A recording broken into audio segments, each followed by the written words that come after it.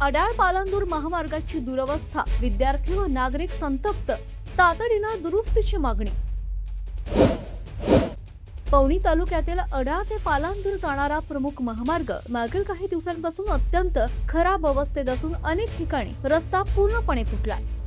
रस्त्यालगत मोठ्या प्रमाणात चिखल साचल्याने वाहन चालकांना देखील मोठ्या अडचणींचा सामना करावा लागतोय। या मार्गावरून दररोज शेकडो दुचाकी, सायकली, चारचाकी तसंच बसची वाहतूक होत असते। विशेषतः सायकल स्वर आणि दुचाकी स्वारांना मोठा धोका निर्माण झाला असून लहान मोठे अपघात नित्याचेच झाले। तरीही संबंधित सार्वजनिक बांधकाम विभाग याकडे दुर्लक्ष करत असल्याचा आरोप नागरिकांनी केलाय।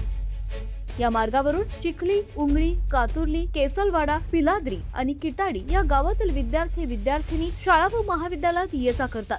रस्त्यावरील मोठमोठ्या खड्ड्यांमुळे आणि खराब झालेल्या मार्गामुळे त्यांना मोठा त्रास सहन करावा लागतोय।